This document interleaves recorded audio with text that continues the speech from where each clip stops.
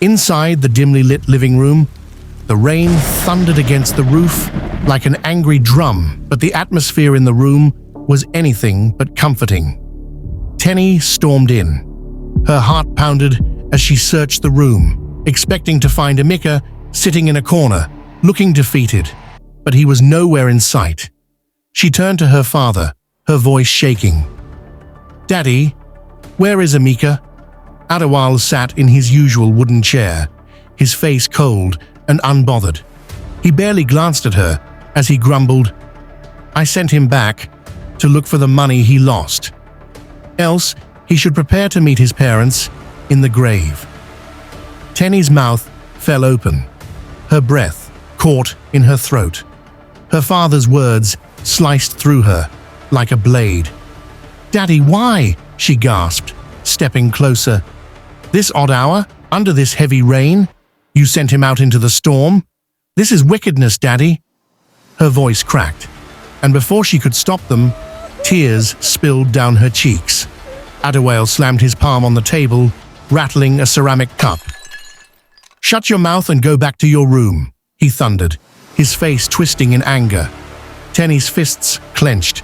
She wasn't a child anymore. She wouldn't let this happen. "No," she said, her voice firm despite her trembling body. "I'm going after him." Before her father could stop her, she dashed towards the door. "Teni, Teni, come back here." Adewale's voice roared behind her, but she didn't stop. She pushed the door open and ran into the storm, the cold rain drenching her instantly. The wind howled, lightning flashed across the sky. But all she could think about was Emeka.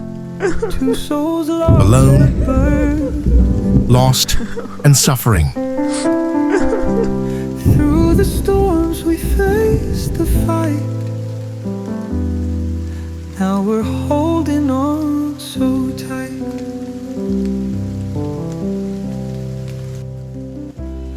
Every tear etched a memory. She had to find him. Sitting by the roadside, drenched and shivering, Emeka felt completely broken. His hands clutched his knees, his bruised body aching from the cold rain and exhaustion. A pair of headlights cut through the downpour. A sleek black car slowed to a stop beside him. The window rolled down. Chief William's familiar voice called out, "Emeka!" Emeka lifted his tear-streaked face, blinking against the rain. Sobbing, he poured out everything. Chief William's expression darkened, anger flickering in his eyes. "No more suffering. You're coming with me." He extended his hand. For a moment, Emeka hesitated. Could he really leave everything behind? But what was left for him? With a deep breath, he grabbed Chief William's hand, allowing himself to be lifted from the muddy ground. They got into the car, the engine revving as they disappeared into the night. Meanwhile, in the storm, Teni searched for Emeka, calling his name into the howling wind. She was drenched, her dress clinging to her skin, her arms folded tightly against her chest. She searched every familiar corner, her heart hammering against her ribs. But he was gone. Exhausted, her legs trembling, she finally turned back toward home. In her room, she sat on the bed, clutching her pillow, her heart heavy. Tears rolled down her face. "Where are you, Emeka?" She turned to the window, staring out into the rain, her mind racing. Countless thoughts flooded her mind. Where could he be? Have I truly lost him forever? Is he safe? Or has something terrible happened to him? Her lips quivered. Her chest tightened. She hugged his shirt, the only thing left of him in that house, and cried silently into the fabric. That night, upon arriving at Chief William's house, the massive gates groaned open, revealing a grand estate bathed in golden light. The house stood tall, its glass windows reflecting the storm's fury. The scent of damp earth mixed with the fragrance of freshly trimmed flowers. Inside, luxury met tradition. Polished wooden floors gleamed under chandeliers, and soft jazz played from hidden speakers. A spiral staircase led to the upper floors, where doors lined the hall like silent sentinels. Mira, his daughter Mira, appeared, slim, strikingly beautiful, with caramel skin and almond-shaped eyes. She was dressed in comfortable lounge clothes, her long braids cascading over her shoulders. Mira, the only child of Chief Williams, she is currently enrolled in a nursing college where she is pursuing a degree in nursing. Her father, Chief Williams, is supporting her education and training in the nursing field. "Get something for our guest," he said. Mira's gaze fell on Emeka, his soaked white shirt clinging to his lean, athletic build, bruises marking his skin. Despite his rough appearance, he still looked incredibly hot. Something in her chest tightened. She returned with food and water. As she handed them to him, her eyes lingered. She swallowed hard. There was something captivating about him. Chief Williams interrupted. "Take him to the guest room. He needs to change." Mira nodded. "Follow me." Emeka followed her through the wide hallways, his steps slow and unsure. Inside the guest room, Mira handed him dry clothes. "You can change here," she said, her voice softer now. As Emeka peeled off his soaked shirt, Mira's breath hitched. The bruises, the scars, but beyond them, his sculpted body. She stared, her lips parting slightly. Emeka noticed. He felt exposed. Turning his back to her, he muttered, "Thanks." Mira hesitated, then stepped closer. "What happened to you?" she asked gently. "It's a long story," Emeka replied, avoiding her gaze. Mira's voice softened even more.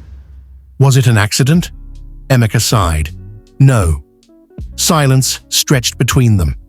Then Mira stepped forward. "Let me help you clean those wounds." Emeka tensed. "No, I got it." She reached for his hand, her fingers light on his skin. "Please." Emeka exhaled sharply. Reluctantly, he nodded. Mira smiled and gently dabbed at his wounds with a warm cloth. Her hands moved carefully, but her eyes traced every inch of him. Meanwhile, Teni had refused to eat for days, thinking about Emeka. Her mother, Mrs. Adderwale, frowned as she entered her room. "Teni, why are you doing this?" Teni sat by the window, her face pale, her eyes hollow. "I'm not hungry." Mrs. Adderwale's lips pressed into a thin line. "Is this because of that boy?" Teni didn't answer. Her mother scoffed. "God forbid! That wretched boy was never meant for you." Teni flinched, gripping Emeka's shirt tighter. "He was everything to me," she whispered. Her mother's face hardened. "Forget about him, because he will never return to this house." She stormed out, leaving Teni alone, clutching a memory that was slipping further away. That same morning, Emeka woke up feeling refreshed, but empty. As the warm sun streamed through the curtains, his thoughts immediately drifted to Teni, her laughter, her warmth, her touch. He missed her, desperately. But how could he find her? Would she even be allowed to see him again? Since the family didn't want him back. Back in Mr. Adderwale's house, every sunrise felt like a cruel joke to Teni. She barely ate, her body weakening under the weight of grief. In Chief Williams's mansion, Emeka was still battling with his thoughts. He was summoned for breakfast. Chief Williams, Mira, and Emeka sat at a grand dining table with crystal plates, freshly baked bread, eggs, and steaming cups of tea. Chief Williams cleared his throat. "Emeka, I have a job for you." Emeka looked up. "A job?" Chief Williams nodded. "Yes, one that will change your life for good." Emeka blinked. "You are hardworking, honest, and sharp. Exactly the kind of person I need to manage my company."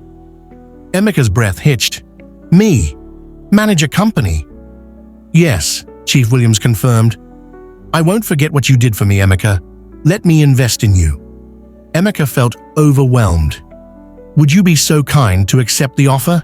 Chief Williams asked without hesitation. Yes, I accept, Swing Emeka replied as he stood abruptly, dropping to his knees in gratitude. God bless you, sir, Chief Williams chuckled. Stand up, my boy. Emeka felt hope for the first time in a long time. In the night, Mira couldn't sleep. Her mind replayed every moment with Emeka. His voice, his body, his pain. She wanted him, and she had to make him see her. Emeka stood by his window, gazing at the stars. He thought of Teni. Did she miss me? Was she safe? Emeka questioned himself. On the other side of the city, Teni sat in Emeka's empty room, clutching his shirt, weeping into it. The distance between them felt unbearable. A knock at Emeka's door. He turned. Emeka opened the door. He was surprised to see her. Mira entered, her night robe loosely tied. Are you okay? She asked. Emeka nodded. I'm fine. She stepped closer. Let me check your wounds. Emeka hesitated, then removed his top. His body, a true illustration of masculinity. Mira's fingers brushed his skin, moving to his chest. He shivered. Her eyes burned into his. Emeka swallowed hard as he saw the desire in Mira's eyes. She was breathtakingly beautiful, making her almost impossible to resist. However, his heart belonged to another. He only wanted Teni, but Mira wanted him, and she made her intentions clear by moving closer, her body almost touching his, her fingers grazing his chiseled abs. Emeka froze, his entire being tense. A charged, dangerous tension filled the air. A man with a keen eye for details was watching, and neither of them knew what would happen next. To be continued.